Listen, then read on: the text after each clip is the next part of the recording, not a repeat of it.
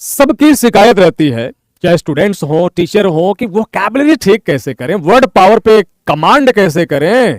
तो कमांड केवल बात करने से होगा नहीं भाई, कमांड करने का सबसे बेहतरीन अचूक तरीका जो है वो आर्टिकल्स, एडिटोरियल्स, न्यूज़पेपर, मैगजीन्स को पढ़ना है। और जो लोग नहीं पढ़ते हैं वो कुछ नहीं करते हैं। आजकल तो करंट पढ़ाने वाले लोग भी एआई से क्वेश्चन बना के पढ़ा देते हैं, आप कुछ पूछ दो तो चारों खाने चीत हो जाते हैं। तो चलिए, एक न्यूज छपा हुआ है, आज मैं पढ़ रहा था अपना पेपर, ये इंडियन एक्सप्रेस पढ़ रहा था, तो उसमें ये न्यूज चल रहा था, अभी चल रहा है ना इंदौर में जो हमारा मैच चल रहा है, कौन MBW, कौन सा उसका नाम है भाई, कौन सा टूर्नामेंट चल रहा है, उसमें हमारे देश के लक्ष्य सेन को 18 साल का ये जो लड़का है, जिसको आज के जेनजी वाले लौंडा कहते हैं, क्या कहते हैं, जो भी कहते हैं, उसने हरा दिया 19 21, 21 19 और 21 17 के सेट्स में हरा दिया। और इसमें पढ़ते हुए मुझे ये एक फ्रेज मिला, एक इडियम मिला, जिसका जो लिखा हुआ है पुट थ्रू द रिंगर। यहां पे देखेंगे पुट थ्रू द रिंगर। अगर किसी को आप रिंगर के थ्रू रख रहे हैं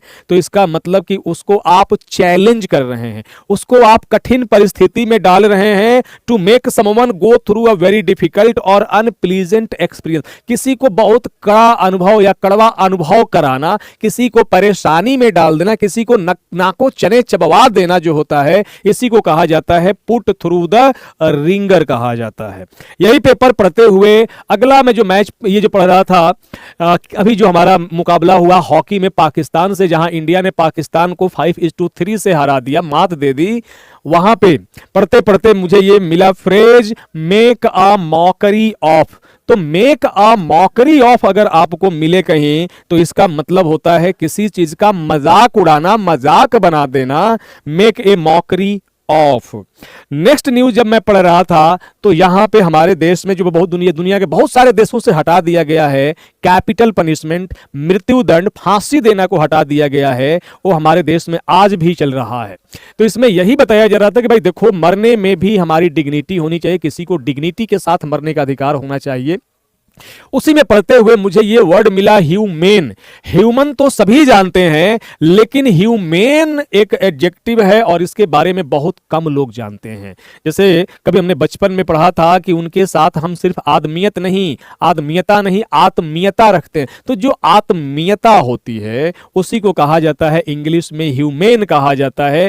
कंपैशनेट कह सकते हैं, काइंड कह सकते हैं, मर्सीफुल आप कह लें, कंसिडरेट, बेनिवोलेंट और काइंड हार्टेड कह लें। जैसे जानवरों के साथ कैसा ट्रीटमेंट करना चाहिए, ह्यूमेन ट्रीटमेंट करना चाहिए। अन्य दूसरे लोगों के साथ कैसा व्यवहार करना चाहिए, ह्यूमेन मतलब काइंडनेस वाला व्यवहार करना चाहिए। अब आते हैं अगले आर्टिकल पे, जहां आरबीआई की मीटिंग हुई। आरबीआई की एमपीसी होती है, मॉनेटरी पॉलिसी कमेटी, तो उसकी मीटिंग, और पढ़ते हुए मुझे ये वर्ड ये हेडलाइन में ही दिया हुआ है मिनट्स।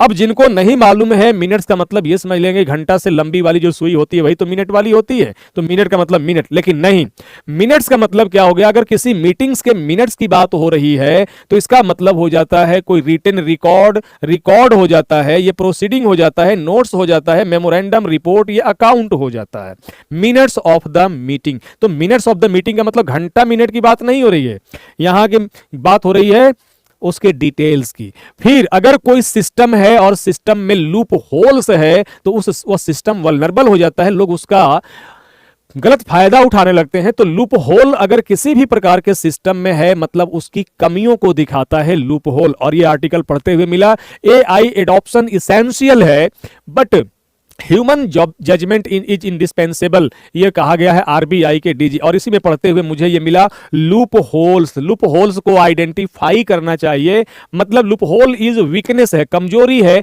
या उसमें कोई त्रुटि है, उसको लूप होल कहेंगे। गैप है, फ्लॉ है, वीकनेस है, डिफेक्ट है, ओवरसाइट है, ओपनिंग है, एस्केप रूट है या टेक्निकलिटी है। तो ये सारे वर्ड्स पेपर पढ़ते हुए मुझे मिले और मुझे लगता है कि जो वोकैबुलरी को, वर्ड पावर को ऐसे पढ़ेगा, रटने वाला नहीं, आर्टिकल में पढ़ेगा, लाइंस में पढ़ेगा, उसी के लिए ये परमानेंट होंगे एसेट। नहीं तो बाकी तो इंग्लिश कहेंगे बेवफा, आज दिन को पढ़े रात को मेरे बालों की तरह सफा।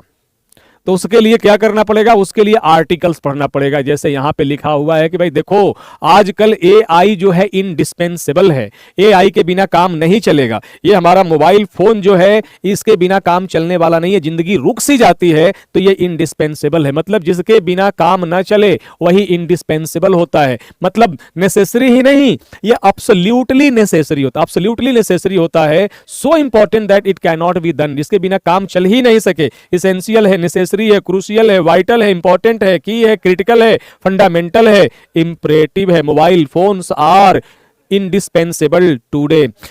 AI is in life indispensable today. तो ऐसे पढ़ेंगे तभी जाके बात बनेगी, तभी जाके वोकैब मजबूत होगी, वर्ड पावर पे लॉन्ग लास्टिंग पकड़ बन पाएगी। बाकी सब तो बहाने हैं, सारी दुनिया बहाने बना रही है, आप भी बनाओ, हमारा क्या जा रहा है। हम तो रोज 5 घंटा पढ़ते हैं और ससुरा एक वर्ड नहीं मिलता है जो हमको मालूम ना हो, ऐसा हो गया है। जय हिंद, थैंक यू।